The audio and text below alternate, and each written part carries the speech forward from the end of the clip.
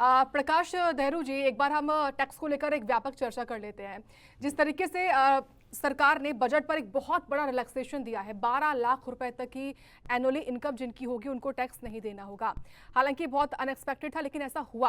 अगर ऐसा हुआ है तो आपसे मैं आसान भाषा में समझना चाहूंगी, जो भी टैक्स पेयर्स हमको देख रहे हैं अभी इस वक्त, वो ये समझना चाहते हैं कि अगर उनको 12 लाख रुपए तक की जो एनुअल इनकम उनकी है, उनको अगर टैक्स नहीं देना तो जो पैसा बचेगा वो कितना होगा। और ना केवल 12 लाख एनुअली इनकम वाले, बल्कि जो 24 लाख से भी ज्यादा एनुअली इनकम वाले हैं, उनको भी कितना पैसा बचेगा, और अगर पैसा बचेगा तो वो इन्वेस्ट कहां करें।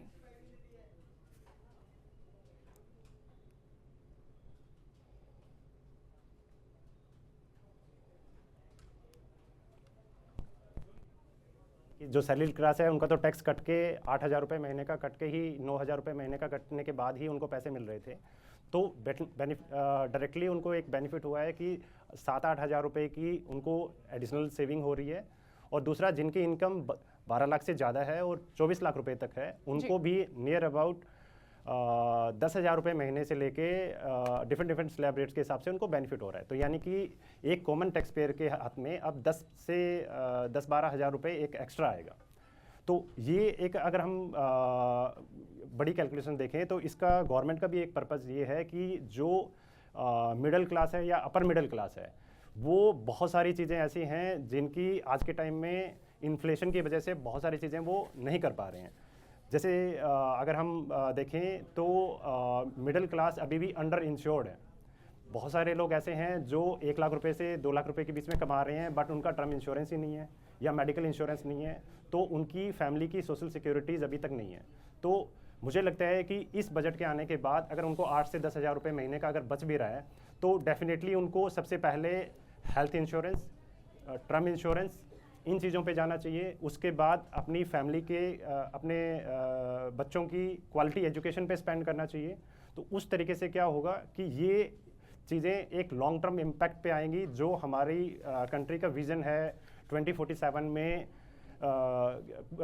पूरा करने का, वो डेफिनेटली इस रोड मैप के हिसाब से इस बजट और सब्सिक्वेंट बजट पे इन चीज़ों का इम्पैक्ट आएगा। और नेक्स्ट एक ये भी है कि जब किसी की भी इनकम इंक्रीज होती है तो उसको लोन भी की भी कैपेसिटी, ईएमआई पेइंग कैपेसिटी के हिसाब से उसको लोन भी ज़्यादा मिल सकता है। तो उससे वो अफोर्डेबल हाउसिंग में हाउसेज खरीद सकते हैं। जो आज रेंट पे रह रहे हैं, 20-30 हज़ार रुपये रेंट पे करके रह रहे हैं, उनको डेफिनेटली 10-15 हज़ार रुपये का अगर बूस्ट मिलेगा तो definitely they will go to their own houses और उनका घर का भी सपना पूरा होगा। तो बहुत सारी चीज़ें हैं जो इससे लॉन्ग टर्म इम्पैक्ट पे आएंगे और इकोनॉमी में डिमांड जनरेट होगी।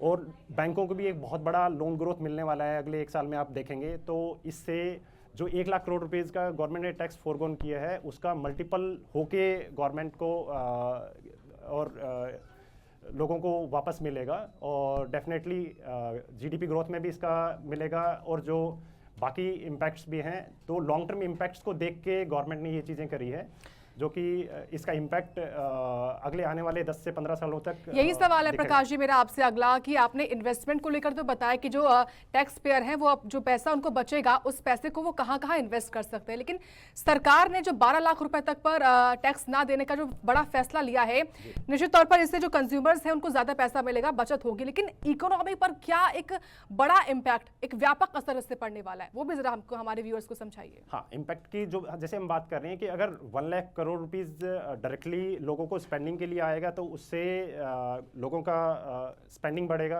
और उनकी पेइंग कैपेसिटी बढ़ने से वो पैसा वापस सेविंग बैंक में ही नहीं रहेगा, वापस इकोनॉमी में फ्लोट करके आएगा। और वो मल्टीपल टाइम्स होता है।